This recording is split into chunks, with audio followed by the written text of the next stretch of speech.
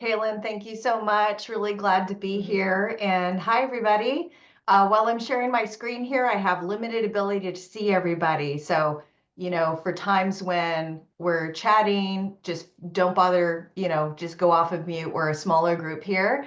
So let's be intimate together today. And I'm so glad to be here. I've been a fan of Sibs for quite some time. And it's been a little bit of time since I've done any fun stuff with you all. So really glad to be here this Saturday morning. So we're going to spend most of our time today talking about navigating the California IDD service system and some helpful tips and tools for best advocacy and to get the most out of understanding how to navigate this system for you or your family member. And then towards the end of our session, we're going to spend a little time talking about some timely advocacy needs, especially what's going on federally across the nation. So we'll do some of that. And as Kaylin shared, you're going to get my deck with my contact info. My contact info is also in the chat. You'll also get some worksheets and handouts that if I have time today, I'll show you, but otherwise I'll just email them to you. And definitely I'm happy to chat or talk about any individual specific situation or any sibling situation offline. We can connect over phone or email in the weeks ahead if that's helpful. Yeah. And then Kaylin, just let me know if there's, comments in the chat or things that maybe I'm not catching. So definitely want to be able to catch all of that. Absolutely. Yeah. So here's kind of the breakdown of what we're going to go through today. All right, first, a little bit about me. So as Kaylin mentioned, I'm with the California State Council on Developmental Disabilities. I'm the regional manager, and I oversee a very small but mighty team based in the Bay Area. We cover 5 counties for our federal work, and we cover anywhere between 6 and 8 or 9 counties for some of our state-specific research work, our state contracts. And so we have this beautiful blend of being able to do both regional focused partnerships and projects, as well as statewide projects and statewide work. And I'll talk a little bit more about what that looks like. I'm also have, a lot of personal connections to IDD and cross disability. So while I've been, doing this kind of work professionally, both in the private sector and the public sector for about somewhere between 20 and 25 years, I think getting close to 25 years, I've had a personal connection my entire life. So we all have that in common in terms of this being just a passion and a need and something that's always going to be with us in our work. So about the State Council, and I know some of you may be familiar with the State Council, but for others, I want to at least do a very brief overview here. So we are a federally funded independent state agency, very unique in that sense. And specifically, we provide a state plan to the Federal Administration on Community Living to map out every 5 years the focus for Californians with IDD and their families and what we want to do to make systems better with them. And our mission here, just to point out, I think speaks concisely about what the work looks like. Our council advocates and promotes and implements policies and practices that achieve self-determination, independence, productivity, and inclusion in all aspects of community life for Californians with developmental disabilities and their families. And I love just, the broad scope of that. It's what attracted me to the State Council about 9 years ago. And you can see this little graphic here on the right is showing that in addition to our work in Sacramento, we have regional offices across the state to make sure that we can do this work hand in hand in partnership with public and private sector partners and community partners in the regions where they live. And just a little bit more about our authority and about how we operate. So I mentioned that we're under the Administration of Community Living. That's where our federal funding comes from. We've been in place, the California State Council has been in place for about 55 years. And the council itself, our governing body, is an amazing group of leaders, 31 governor appointees with our state council, with the authority, not just in federal law through the Developmental Disabilities Assistance and Bill of Rights Act, but also through the Lanterman Act here in California. So we have authority both in California law and in federal law. And the council's authority is to advocate and capacity build and to change systems to support the rights and opportunities for people with intellectual and developmental disabilities. And then for those of you less familiar with our work, our council is primarily made up of advocates with IDD, so folks with lived experience, and family advocates. And then we also have agency members or California department members here. So these are the members that are represented on the state council. So we have either the director or designee from these departments, California Health and Human Service Agency, Department of Developmental Services, Department of Rehabilitation, Department of Aging, Department of Healthcare Services, Department of Education. The UCEDS, the University Centers for Excellence in Developmental Disabilities. So we have 3 here in California. And so one is at UC Davis, the Mind Institute. Another one is down at UCLA, that's the Tarjan Center. And the third UCED that we have in California is the Children's Hospital of Los Angeles in partnership with University of Southern California. So wonderful UCED partners. Our other federal partner is Disability Rights of California. So the UCEDs, those 3 universities I mentioned in Disability Rights of California, are also, working with similar federal funding stream as what we are. So we call the UCEDs and DRC our federal partners. And then you see on that bottom right, California Civilian Leadership Network. So you all have a seat on our council represented by Julie Neward, amazing council member. So, we're all like family here today. Yeah. And so just a little bit more about those regional offices that I mentioned, the regional offices of the State Council. So, it's where we can really connect with individuals, community members, and advocates like you, professionals that serve people with IDD, folks that wear multiple hats, because a lot of us do wear multiple hats. So a lot of our work looks like systems navigation, making sure people know about their rights and the resources. And when I say systems and rights, I'm talking about a wide variety of different systems that impact folks with IDD. So obviously IDD specific services like what we're going to talk about today, but also things like education, housing, employment, public safety, healthcare,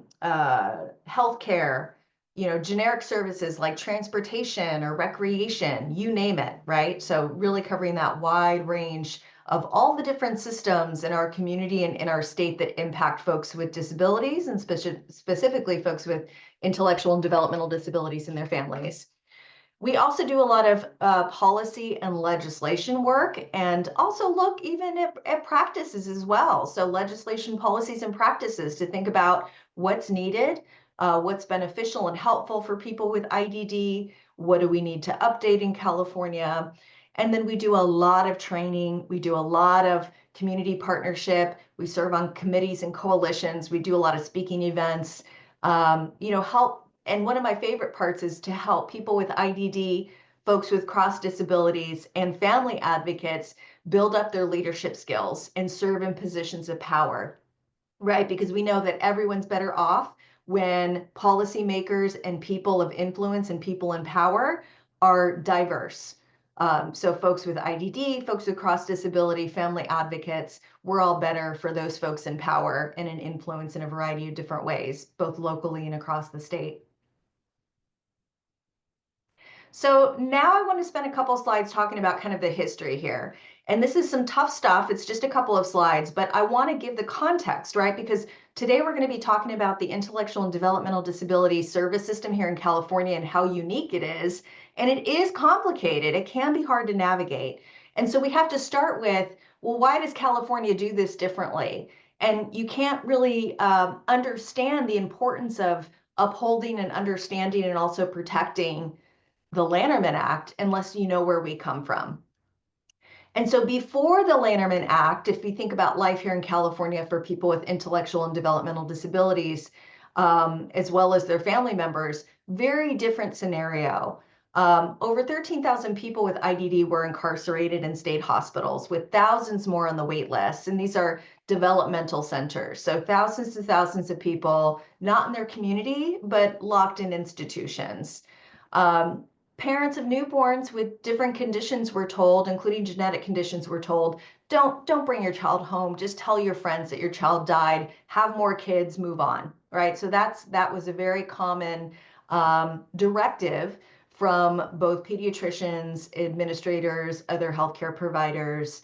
And then this is a quote from the project We're Here to Speak for Justice, founding of California's regional center systems, saying, I saw a patient at Fairview, that's one of the developmental centers in California. I saw a patient in Fairview who had been in seclusion for 2 years in a tiny cell that I wouldn't keep a dog in. There was no toilet there, no bed. He was stark naked and on the cement floor without even a blanket. The only thing in the cell was a bedpan. This seems like ancient and horrible, lessons learned from the past, but I still talk with people today that confirm for me that in the 1990s here in California, that they were told to consider institutionalizing their baby with developmental disabilities. So in the 1990s here in California, that was still the pressure being put on families that had family members with IDD, is to consider just institutionalizing them and just move on with your life. So this is not so distant past. This is really recent past. And I want to keep in mind that, with various swinging of policies and popularity of public policy, both in the nation and in the state, we want to be mindful because these things were fought for and can easily go away if people don't continue to uphold those values and what they want to see for Californians with disabilities and across the state. And it was really, it was the pressure from the community and specifically pressure from families that pushed the California State Senate and the California Assembly to do something better than institutions. So this was in the 1960s where that pressure really amped up. Because up until that time, what had happened is that you had community groups that would get together and create play groups for kids with disabilities, or inclusive preschools, or aquatic therapy, or like social skills types of groups back then. But it was all grassroots effort. None of it was government funded. There was no foundation in place for these things to scale across the state for people. So it was up to parents and siblings to either get it done themselves in their neighborhood or nothing else was available. And so there was a lot of pressure over the course of that time, and particularly with a legislator called Frank Lanterman with the Assembly, who pushed for the Lanterman Act to be passed and into law. And I love telling the stories that, it took a long time, but one of the pivotal stories that has been told by folks that were there at that time is a group of family advocates stopped an elevator in the state capitol and kind of trapping Frank Lanterman and a few other legislators in an elevator, again, to hammer home the importance of passing legislation that provided community-based services and options for people with IDD and their families. So the power of family advocacy is that's why we're here today. And the Lanterman Act was passed in 1969 and really started to grow in terms of a system throughout the 70s and onward. And so important to know that California is the only state today in 2025, the only state that has legislation that entitles services to individuals with IDD. I understand that I think the closest, there's been some researchers that have done assessments, and I think New Jersey has been pointed out is one of the states that's closest to our model, but it's not a complete entitlement. So we are the only state that has a piece of legislation like the Lanterman Act that entitles services, meaning that if you or your family member meet the eligibility requirements set by the state, then you are eligible for services. Whereas in a lot of states, people with IDD and their families will sit on wait lists for years, Medicaid wait lists for years, waiting for a spot to open up where they can get access to some sort of services. So very different scenario today for so many people across the United States. And the Lanterman Act, we'll talk very briefly about it. We're not going to get into a lot of details. So this is going to be a high-level overview, but it clearly defines the rights of people with IDD here in California and says, here's what the community service system needs to look like so that folks have opportunities to live their lives in the communities the way that they want. And so it talks about the services and the corresponding obligation of the state to provide those services so that it's not just the families that had extra resources that could create something in their neighborhoods had the opportunity and others didn't. And then this last bullet point is just emphasizing what I touched on before, which is these things don't just continue on by themselves. There needs to be continued work and advocacy and monitoring of the system.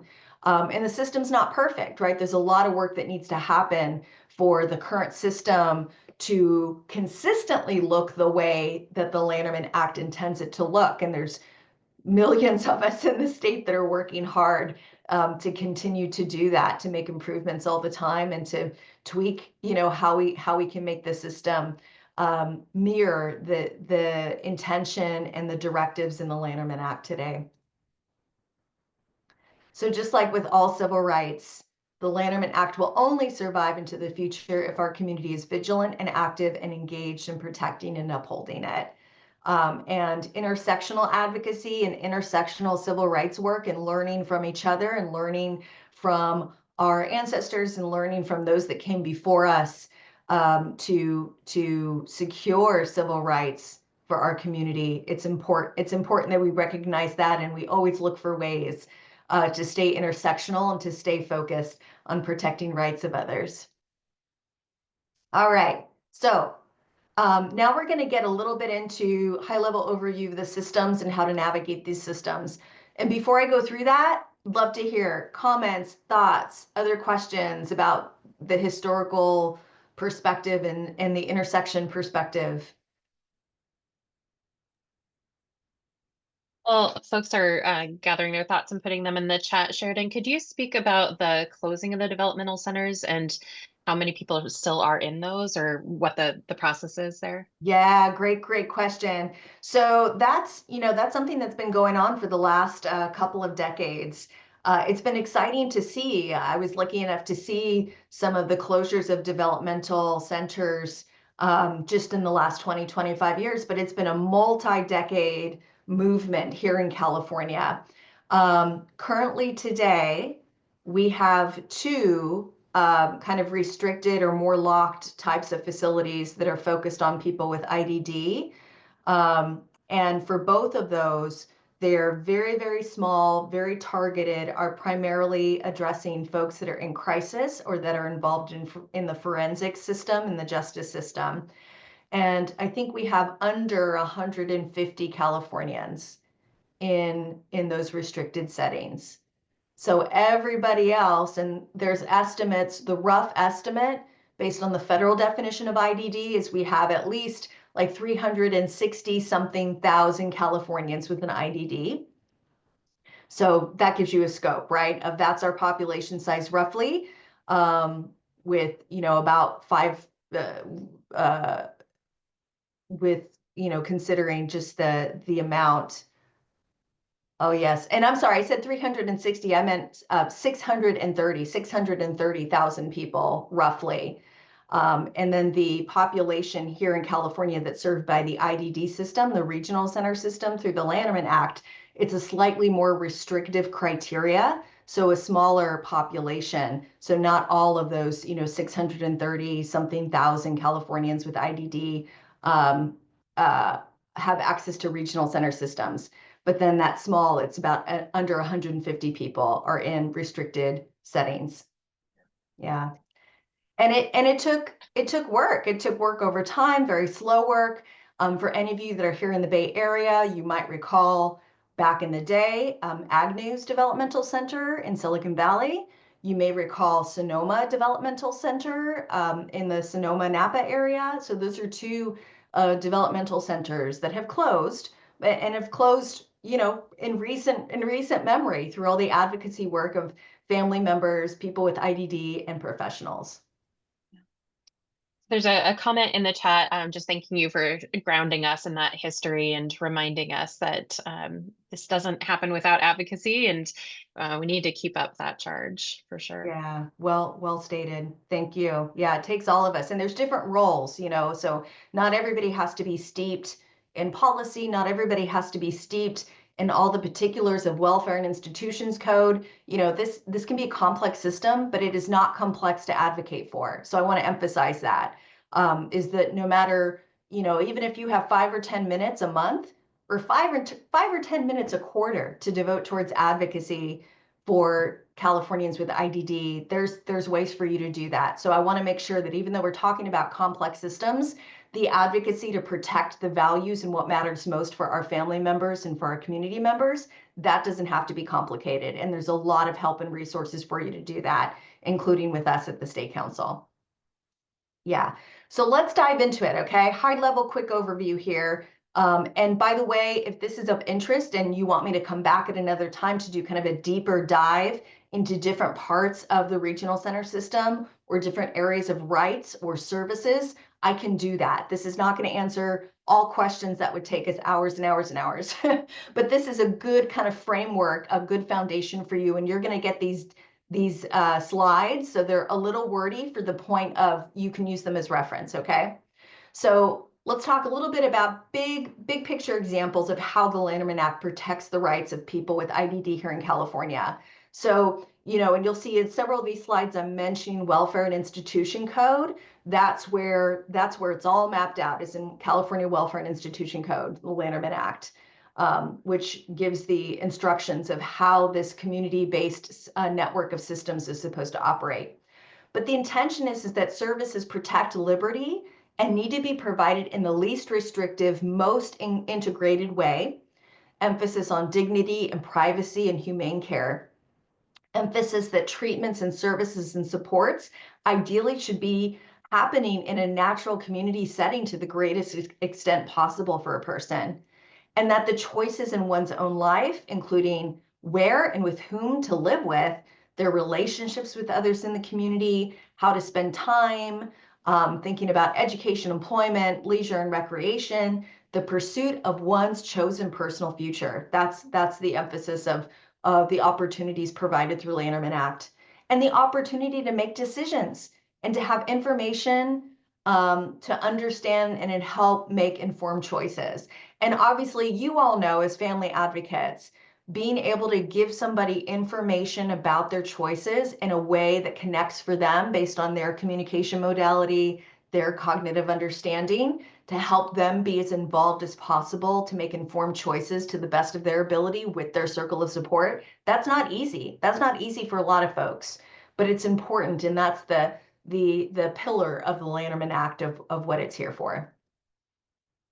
And so just kind of a quick navigation in terms of who's who, okay? So the California Department of Developmental Services, that is the state agency that's in charge of monitoring and rolling out and making the Lanterman Act happen, right? They're in charge of the IDD service system here in California.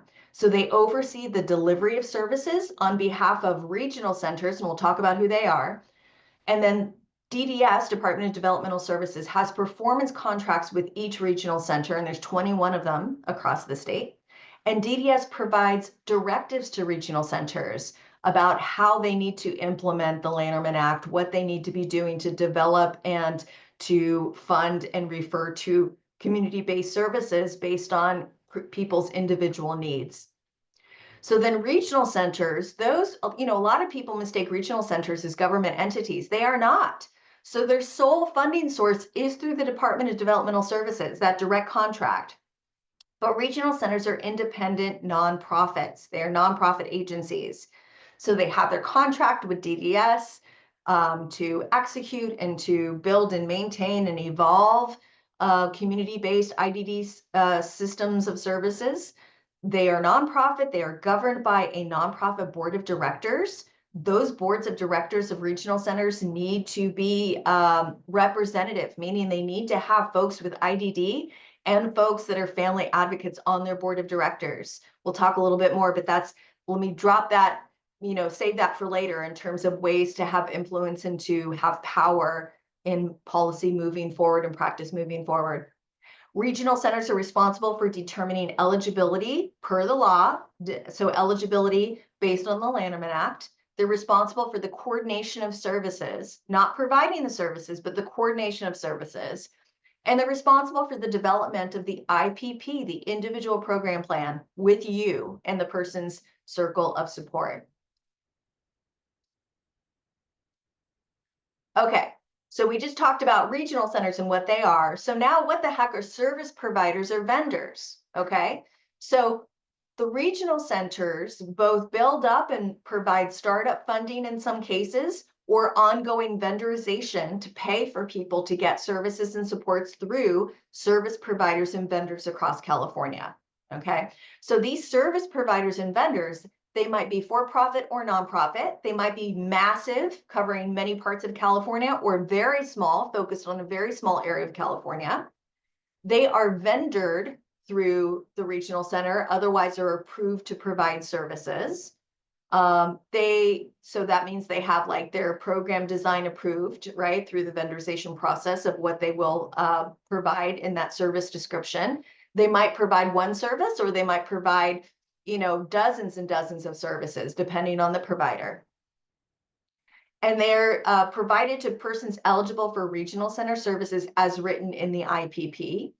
And service providers they're the ones that are responsible for delivering the services and supports based on their program design and what they're authorized through the regional center.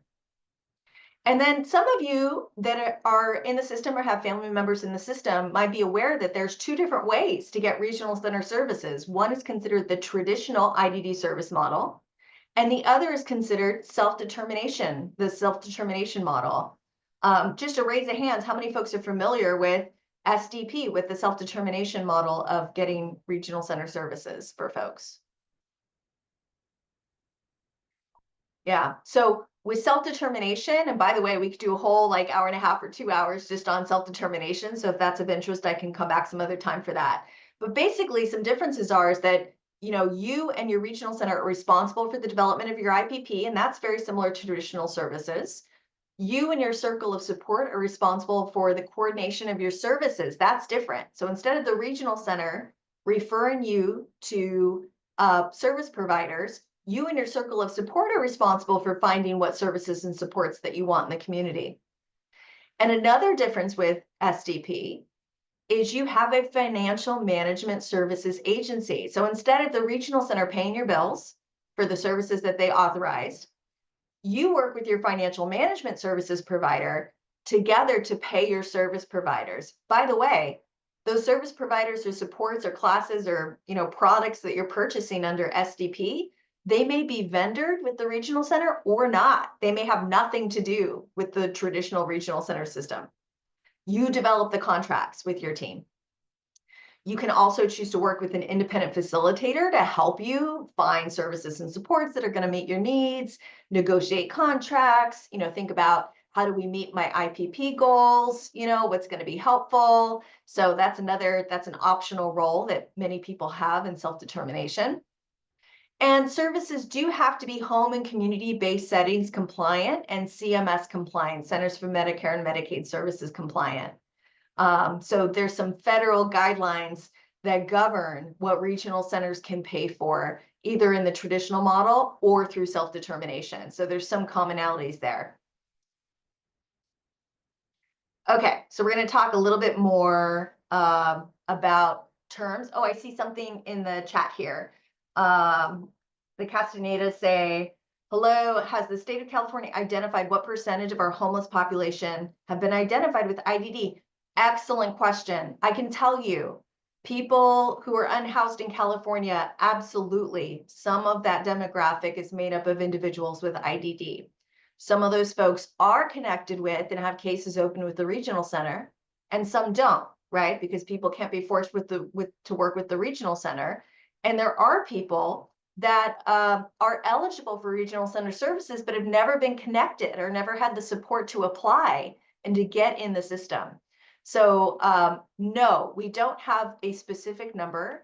we've pushed and we work with a lot of housing advocacy and housing development partners across the state to increase housing development and residential support services for people with IDD and their families.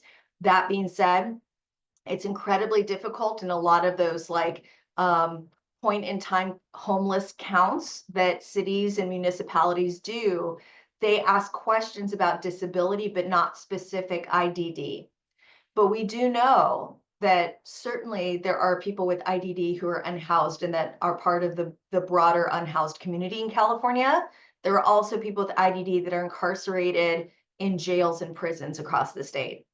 So our community, the community with IDD, is represented and oftentimes overrepresented percentage-wise. We know that much, both in jails and prisons and in situations where they are unhoused or in housing unstable situations. So there's a lot. If this group is passionate about housing, I could come back and do a lot more on housing and residential services and advocacy that we can take. That's a great topic. So a few terms to walk us through. So person-centered planning, also sometimes referred to as PCP, that's the planning process for identifying somebody's strengths and their challenges and their preferences, their needs, their desires, their short-term goals, long-term goals. It helps map out what's important, not just to a person, but what's important for a person. And those are two different things, right? So what's important to a person might be that they get to engage in things that make them happy, that they can engage with their special interests, that they see people they want to see, have friendships that matter, have routines and habits and connections and networks that are important for them, to them rather.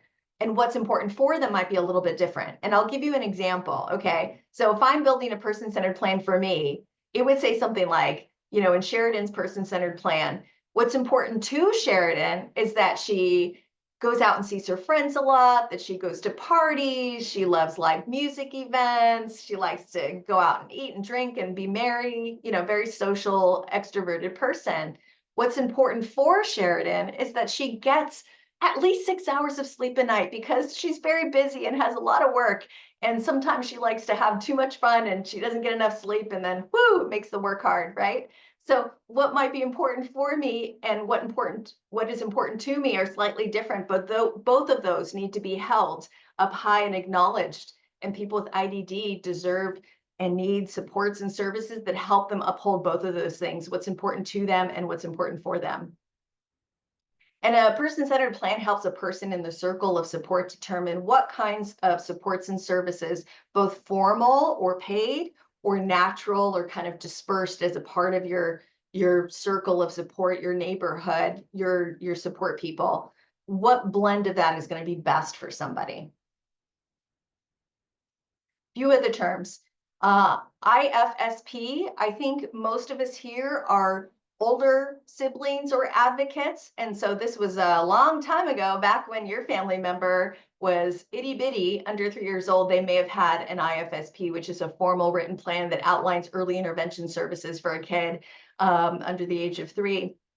After the age of 3, for someone who's eligible for regional center services, that's when it's called the IPP, the individual program plan, which is that formal written plan, which is an agreement. It's a legally binding agreement between a person with the IPP and the state of California. That plan is everything. That plan, it results from the planning efforts, the person-centered planning efforts that's happening with the person in their circle of support and the regional center. Think of that IPP as the action plan. So that action plan is talking about not just somebody's goals, their short and long-term goals, desires, and needs that we talked about earlier, but also what supports a person may need. Yeah, let's see here. So let's look at some examples. So we're going to look at some actual excerpts from Welfare and Institution Code about just the wide variety of what different categories of supports and services could look like. We do not have time today to go through every single category of supports and services. So this is kind of high level again. So looking at Welfare and Institution Code, section 4512, you know, there's a lot of good information in there that we want you to see, and I have links at the end of this deck. But just to look here, so this says services and supports for persons with IDD means specialized services and supports or special adaptations of generic services and supports directed towards, supporting that person, the alleviation of a person's, what the burden that they're experiencing or the bears that they're experiencing with their needs, including through their developmental disability and their community or their society and what they want to get done. So that's looking socially, that's looking personally, that's looking physically, that's looking economically, that's looking at a person's home, and overall wellness of that person. And with the emphasis towards achievement and maintenance of an independent, productive and normal life. Their terms, not our terms, right? This was, you're going to see some slightly outdated language here, but the idea of, again, integrated, community-based as much as possible and person-centered. The determination of which services and supports are necessary for each consumer, you see that word used a lot in Welfare and Institution Code, that just means the person with the IDD, shall be made through the individual program plan process. Let's read a little more on that. The determination shall be made on the basis of needs and preferences of the consumer, or, when appropriate, the consumer's family, and shall include consideration of a range of service options proposed by the IPP participants, right, that circle of support there, the effectiveness of those options in meeting the goals stated in the IPP, and the cost effectiveness of each option. And so that can include, but is not limited to, and you see this listed in Welfare and Institution Code: diagnosis, evaluation, treatment, personal care, daycare, domicile care, special living arrangements, physical, occupational, and speech therapy, training, education, supported and sheltered employment. By the way, sheltered employment, not so much, right? We're working towards supported employment, customized employment, employment that gives people the supports they need to have competitive, integrated employment in the community. Mental health services, recreation, counseling of the individual with the IDD and the individual's family, protective and other social and sociological services, socio-legal services, information and referral services, follow-along services, adaptive equipment, supplies, advocacy assistance, self-advocacy training.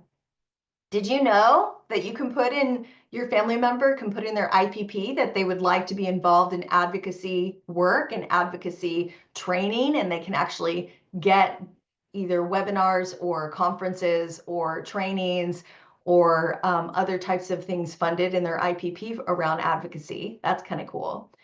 Facilitation and peer advocates, assistance in locating a home, childcare, behavior training, behavior mod, camping, community integration services, community support, daily skills training, emergency and crisis intervention, facilitating circles of support, homemaker services, infant stimulation programs, paid roommates, paid neighbors, respite, short-term out-of-home care, social skills training. You get the idea, medical, dental care. And this doesn't mean that you just go to regional center for all of this. It means that if your generic services in your community or through other sources like IHSS or the school district or your healthcare can't provide what your family member needs in the way that they need it, then this is where the regional center gets involved. It keeps going, right? Telehealth services, supported living arrangements, technical financial assistance, travel training, training for parents of children with developmental disabilities, training for parents with developmental disabilities, vouchers, transportation services. You get the idea. And you can read the full info in Welfare and Institution Code. We give you those links. And then in this section of Welfare and Institution Code, it talks a little bit more about what I just mentioned around generic services. Okay, so the utilization of generic services and supports when appropriate, that needs to be primary, right? So we want to make sure before purchasing services and supports through the regional center, if it's something that can be obtained through a generic service, we should go there first, right? Consideration of the family's responsibility for providing similar services of minor children without disabilities. And it also says here, a little excerpt, shall identify and pursue all possible sources of funding for consumers receiving regional center services. These sources shall include, but are not limited to, This goes into some examples of generic services: government programs, Medi-Cal, school districts, Social Security, private entities to the maximum extent that they're liable for cost of services, like health insurance is a great example. So in other words here, services and supports that other agencies, so not regional centers, not DDS, that have a legal responsibility to fund, that could be school districts, IHSS, health insurance, that's what generic services are. And they should do their part, what they're supposed to be doing first, before a regional center kicks down those dollars. The regional center cannot provide services that you're eligible for through generic services, but can provide the coverage while you're being pursued, if you're working through a denial, so that can happen. So keep in close contact with your regional center, your service coordinator, case manager, social worker. The name of that person changes depending on where you are in California. But they can, keep them involved of what you're trying to access through generic services. And you could also put in your IPP that the regional center needs to help you advocate for those generic services. But all in all, regional center is the payer of last resort. So that's how that works together. So let's talk about some tips and tools about how to use these services to the best way that you and your family member can. So I said it earlier, but I'll emphasize again, it's all about the IPP. That individual program plan, that is your agreement, that is your contract with the state of California for these types of services. It's a formal and enforceable agreement. Know what should be included in your IPP and know your rights, including the right to sign all or only parts of an IPP that you agree with. That means that in preparation for somebody's IPP, they and their family or their circle of support should make a list of goals and services and supports that they need to reach those goals. They should be doing some person-centered planning. There's a lot of great worksheets and exercises that are available, no matter what somebody's communication modality is or what their cognitive preferences and needs are. And when you meet with your IPP planning team, you're going to talk about those services and supports that somebody needs, even if they're not services from the regional center. So again, you also want to have conversations about the generic services, either that your family member is getting or that they may need to get. And most importantly, the regional center should be helping you come up with some ideas of services, and it should be in the IPP, the list of services or supports that the regional center has agreed to fund in your IPP, including what types of services, what that looks like, how many hours in a day or a week and a month, when the services start and when they end. So you can make sure to update that IPP or get a renewal or a change before that authorization ends. Sheridan, can you speak a little bit to the role of parents or siblings, and whether they're in a conservator role or not in that signature process? Yeah. So regardless, if you're a conservator, if you have limited conservatorship, then that's pretty straightforward in terms of you being involved in this process. But you do not have to be a conservator to be heavily involved in advocating and supporting your family members' IPP and regional center services. You just got to get that form taken care of. So just make sure that you're listed as that support person. There's a variety of other tools. We could do a whole session together to talk about alternatives to conservatorship, what conservatorship covers, what other things cover, including power of attorney, health directives, supported decision making. So there's a variety of other tools and strategies that you can use without being a conservator to be able to support your adult family member in navigating these IDD systems, right? So in some cases, it's really just as simple as making sure that it's listed in the IPP of, this is someone that the person with IDD wants to be involved in their services. And in other cases, you have some additional tools, including some of those things I listed, like power of attorney or health directives or supported decision making. By the way, the work that's happening right now in supported decision making is so exciting. We've helped implement, the legislature gave us funds to disperse in grants and contracts to make sure that more Californians know about supported decision making. and know how to use supported decision-making, both with the regional center, with education systems, with financial institutions like banks, in judicial settings with judges and superior court, and also in healthcare settings like with the hospitals, routine or emergency medicine. So that's a shameless plug. I'm happy to come back and talk more about supported decision-making. It's just one of many tools, but it's a really exciting way for a person to keep their rights, right? To stay unconserved, but to be able to make sure the right people are with them to advocate and work with them to get their needs met. Yeah, really, really terrific. Thanks for asking about that. Let's see here. I'm seeing in the chat here, Teresa says, I've had difficulty getting the regional center to complete the IPP, making corrections. It's been very slow, even when I've made corrections for them. Others I know have never seen the IPP. Yes. Teresa, I'm glad you brought this up. Absolutely. Everybody needs to have an updated copy of the IPP. If that IPP is not correct, call an IPP meeting and make it happen. And keep that paper trail, stay on it, know your timelines. I'm going to talk about timelines, okay?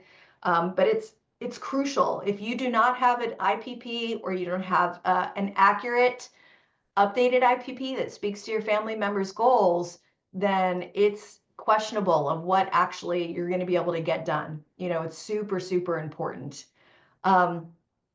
So, review your current IPP, know when you can request another IPP meeting or make changes. And the answer to that is really any time. If you have changes that need to be made in the IPP, call an IPP meeting and work on that change. And as mentioned earlier, you could sign parts of the IPP that are correct and other parts cross out and say, hey, we need to continue to work on these things. So these things move forward. These things we have to have another meeting about to work through.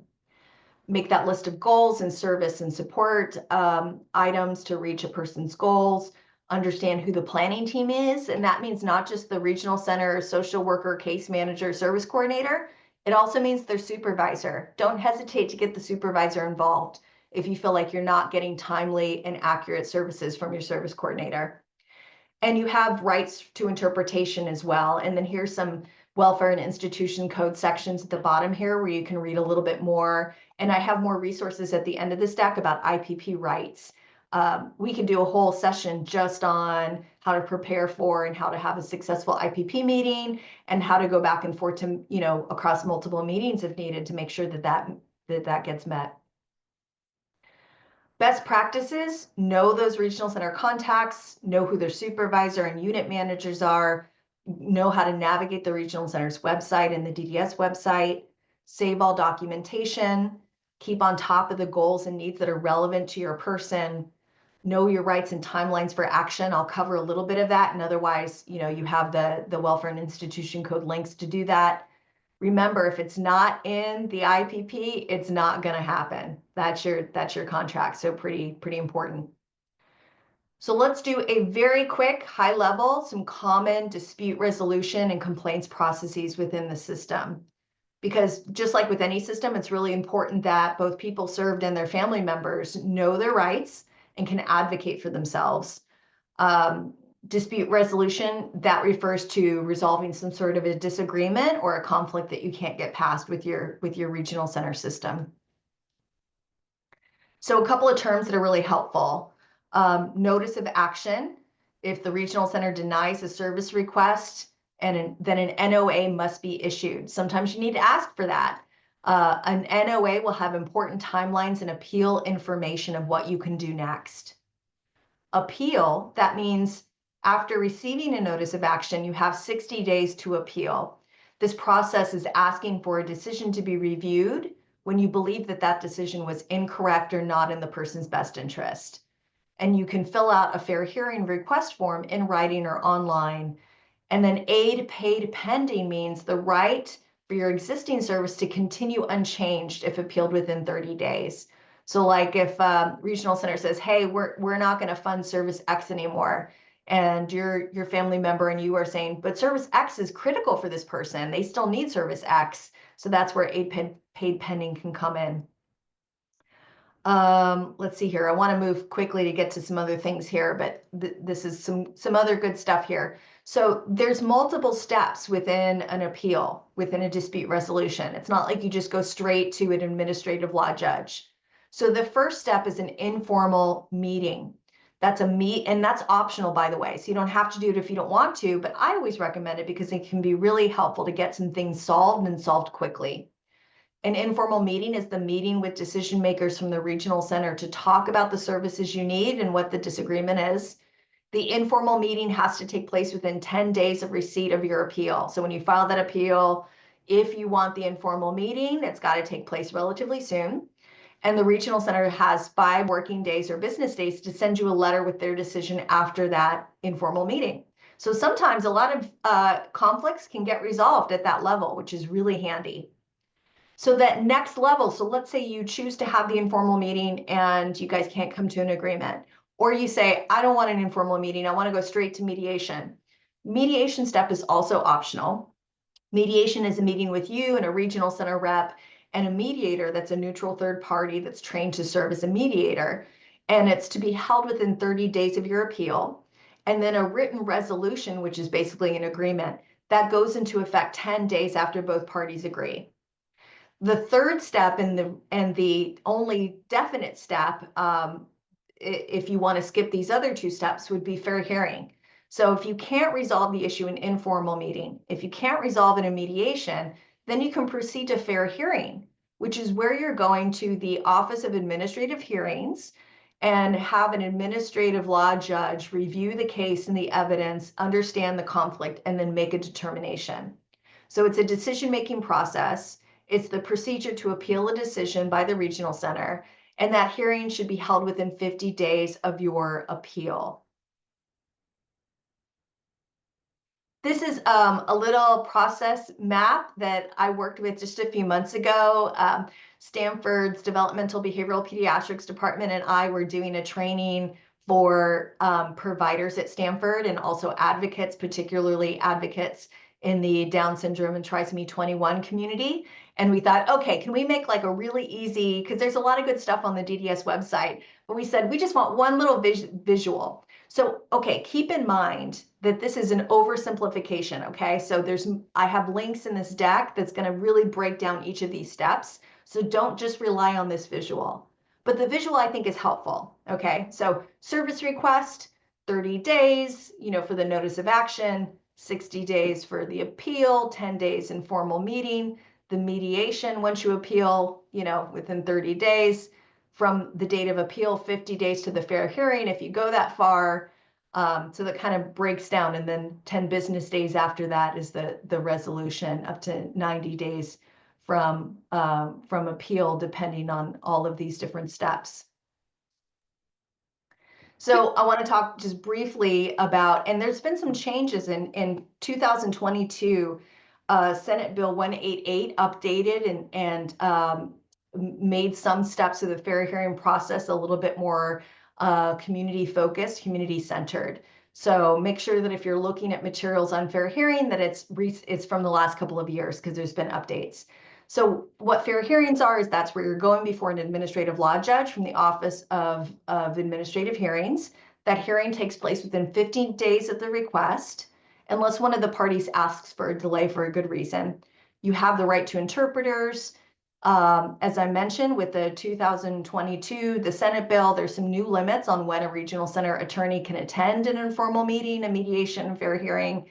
All parties, any of the parties can ask for reconsideration within 15 days of the judge's decision. If you go to fair hearing and the judge issues a decision, you can ask for a reconsideration within 15 days, and decisions are given within 90 days of appeal. And then, for the very, very rare circumstance where a person's team doesn't agree with the judge's decision, you can appeal the fair hearing decision within 180 days, and then that goes to superior courts. And as I mentioned, we have some links that goes into many more details of these steps. But I want to talk about some other types of filings, some complaints and rights info. Some people refer to this as a 4731. Have you ever filed a 4731? This refers to section 4731 of the Welfare and Institutions Code. And it's not a fair hearing complaint. This is a totally separate type of complaint that you're filing. It's a right to make a complaint if you believe that your rights have been violated as a person served by the regional center.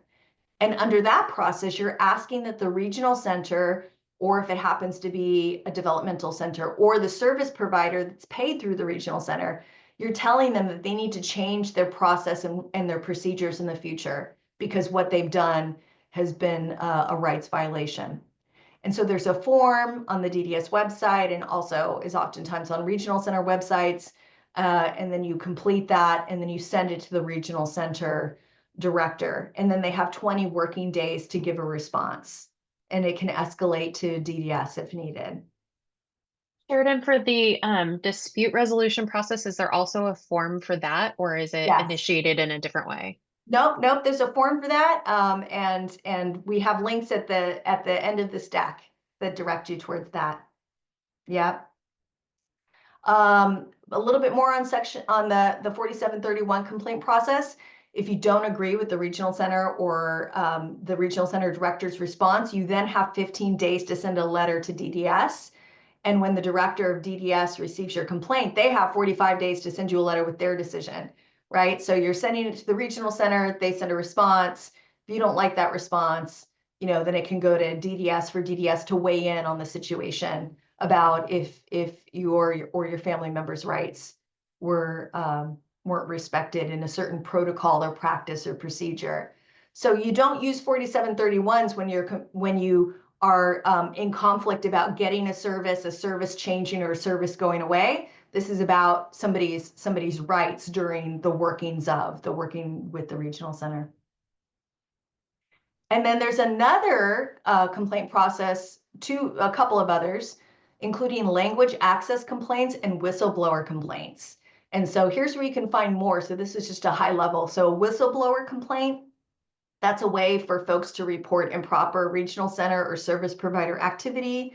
That can be, a variety of different people can file those. And then language complaints are when you or your family is not satisfied with the bilingual services or the interpretation services that you needed. And there's a form for that because it's really important that people can work with the regional center and understand their options and have that IPP process and service provision in the language they understand. All right. I know that was really fast. We could have spent all this time just on dispute resolution, but I wanted to make sure this last half hour together that we're talking about advocacy and some timely advocacy issues. But before I do that, is there any burning questions, general questions? Because if you have an individual case question, we can take that offline. But any burning questions of what we just talked about in terms of best practice of working with your regional center? I'm going to look at the chat here. Yeah, Teresa, thanks for sharing that info. Teresa, you may want to shoot me an email at some point if you want to talk a little bit more about the IPP process for your family member. Yeah, because it sounds like you've been hacking away at this, but it's moving slowly. So I'm happy to connect with you at some point over phone or email, and we can talk a little bit more about this. Let's see. Kathleen says, this has been so informative. Thank you. I'm curious how federal funding may be impacted. Yeah. Woo. We're going to get it. We're going to touch on that. We're going to touch on that, Kathleen. We're getting to this section here. But you are correct. Currently what's happening at a federal level, absolutely 100% can drastically impact the services that your family member receives now in California. So let me just state that nice and clear there. It can absolutely impact regional center services, healthcare services, IHSS services, and other service that your family member might receive. Can state private funding help make up potential cuts? We'll go into that, so hold that thought. Yeah, okay. So let's talk. I want to share a few slides on big picture advocacy and just simple things to do. And then we'll kind of go into some of this other more timely, what we're seeing in the news and some of the situations that we're dealing with right this moment. How's that? All right. Okay, so big picture, when we think about you as a family advocate and advocating with and for your family member, just a couple of quotes that I love to share, that we'd love to share at the State Council. There's so many good ones, but a reminder from Maggie Kuhn Speak your mind, even if your voice shakes. And from Margaret Mead, never doubt that a small group of thoughtful, committed citizens can change the world. Indeed, it's the only thing that ever has. So I think that's helpful to keep in mind as we think about these things. So low-hanging fruit. There are meetings where you can speak your experience and your voice and either what's working or what's not working in the system that can make a big difference, a big impact on local policy and protocol and practice. Because remember, this is a community-based system that was built from the get-go from family advocates, right? So the first to consider is regional center board of directors meetings. Every regional center has these public meetings. They have a time for public comment, sometimes multiple times for public comment per meeting, where they can hear from people served in family advocates about what's working, what's not working, and maybe issues that they've not been able to resolve with the people that they work with on the regional center and vendor community.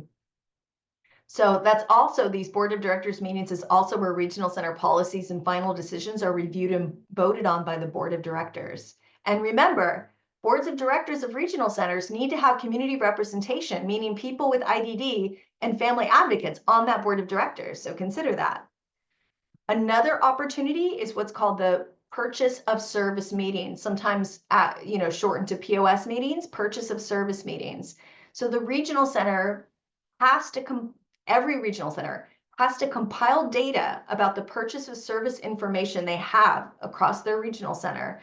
And they have to have at least one, but ideally multiple public meetings to share that data with the community and get feedback of what they can do better to make sure that purchase of service spending is equitable and is meeting the needs of individual people that they serve. And in fact, it's springtime right now. Springtime is the time when regional centers are holding these meetings. So guaranteed, please make a note this weekend, go on your person's regional center website, find out if they're having purchase of service meetings and try to go to them and give feedback on that data. Some other meetings to consider, performance meetings. So again, this is another requirement. Regional centers have to have public meetings where they talk about performance outcomes and their performance contract with DDS, okay? So, and they have to work with the community to develop goals and yearly objectives. Not all of their objectives have community involvement, but a lot of them do, to set performance standards. So those are other meetings to pay attention to and to attend when you can.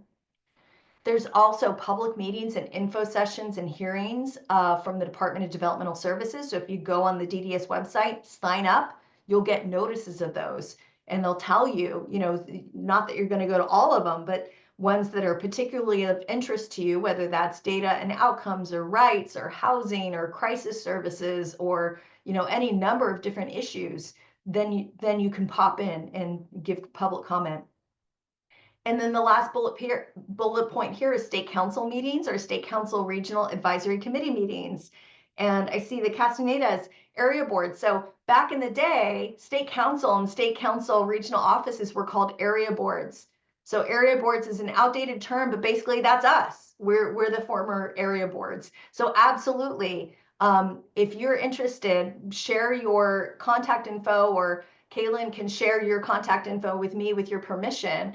I can make sure you get notices of all of our public meetings. We had one a couple of weeks ago. We had 12 legislative offices show up to want to hear from family advocates and people with lived experience about policy and public affairs that impact people with IDD. So it's a great example to come to our meetings, make your voice heard, talk with legislators. We have the executive directors of our 2 local regional centers that attend those meetings. We have county councils that show up. So it's a great way to get involved. Really appreciate that. So please do that. And some other examples of legislative advocacy. There are coalitions and committees and advisory bodies. Whatever your interest is, well, I can help you find where to go with it, right? And what newsletters to start getting, what public meetings to start attending. But you can also engage with your state assembly office, your state senate office, and your congressional rep office. Letters and emails and phone calls telling them what they need to know about what needs to work better or what's working well for people with IDD and their families. Visiting those legislative offices, testifying at hearings, going to lobby days or rallies or protests, social media actions, all of those really matter. They really do. Public meetings of all kinds, whether it's legislative or DDS or local regional center or state council meetings, public meetings are so good for you to know what decisions are being made and for you to have influence on those decisions. And then obviously all of us have different work schedules. We have different caregiving schedules. We all have very busy lives. So here's where networking and building community really matters. So maybe only one of you can attend a community meeting that's going to have an impact on policies and services for your family members. So that person should go give public comment and then report back to the rest of the group, right? Of here's what's happened, here's what you can do next. So be strategic in how you support one another so that you can have eyes and ears at all of the important places that you want to be. And then for us at the State Council, we love to work with you guys. So what can we do? We can give you info on policy and legislation and what's new in different systems that impact your family member. We can do workshops and webinars on a whole variety of different things. We can do technical assistance where we either have a phone call or email thread where we hear about you or your family member situation and make sure that you have systems navigation or rights info and recommendations just for you and your family member. And then of course, just helping our community in general, right? That's really important. So here's some of these links here that I mentioned earlier. So our website, DDS, where you can read about appeals and complaints, all the different fact sheets that I mentioned. Our Federal Partners Disability Rights of California has a great Lanterman Act manual. I love that thing. So definitely download that. If you're interested in SDP, I could talk for days about it, self-determination, but here's where you can read more about it on the DDS website. About home and community-based services, that's kind of the federal rules of how states can pay for IDD-related services and what are some of the requirements there. This is kind of a nice little thing from Stanford, since I used that little the little process map that Stanford and I developed. I wanted to give a shout out to their Affect Community Service Project homepage because I think that's really fun. And then Family Resource Centers of California, that's really important. Find your local Family Resource Center or your local Parent Training and Info Center. Always lots of good resources and workshops and peer support. They tend to be focused on they're focused on families overall. So parents, siblings, grandparents, guardians, foster families, the works. And then these are all of the State Council offices. So if you're not here in the Bay, here's how you can connect with one of my colleagues to get some technical assistance or to talk a little bit more about advocacy. So no matter where you are. And if by chance you happen to be here from out of California, you can still hit me up because I can connect you with the State Council in your state or your US territory. I'm happy to do that. And then there's some other contact info and you'll get this deck so you can connect with us on socials, check out our general website, email me directly, check out my local Bay Area page, whatever makes good sense for you. Okay. So I'm going to stop share here, take a little breather, but then I want to be able to talk a little bit more about some other timely advocacy needs. Yeah, so let me see. Let me take a look at the chat in the meantime.